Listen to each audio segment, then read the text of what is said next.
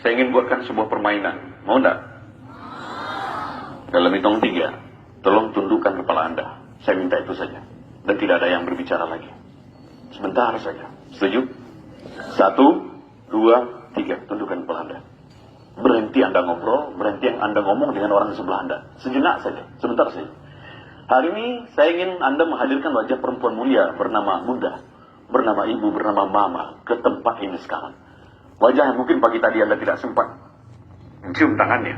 Wajah yang pagi tadi mungkin Anda sempat membentaknya.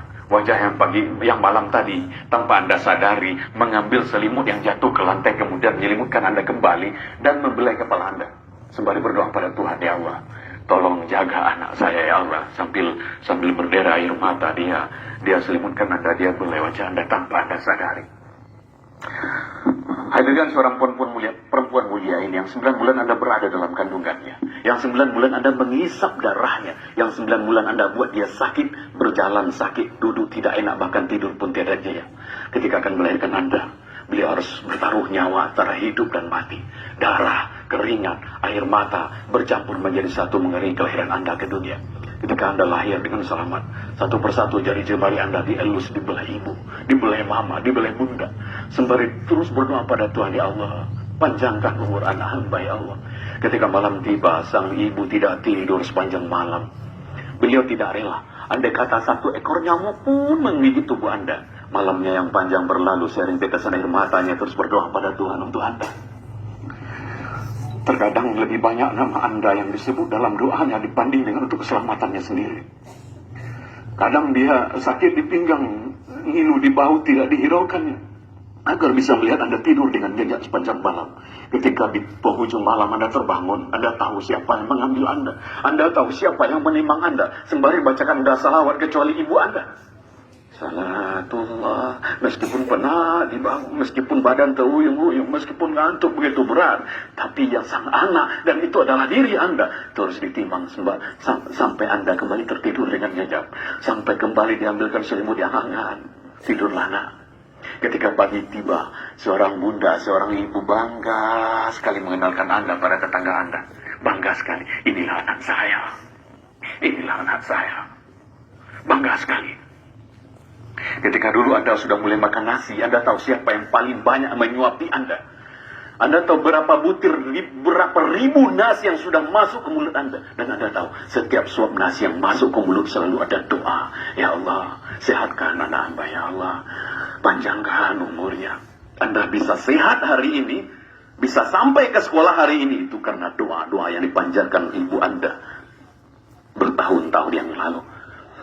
Ketika Anda berjalan, mulai diajak berjalan, selangkah 2 langkah, di langkah keempat Anda terjatuh.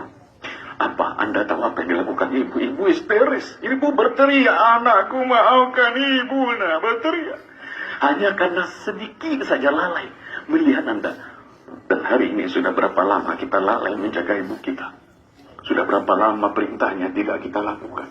Sudah berapa banyak luka yang kita gores di hatinya?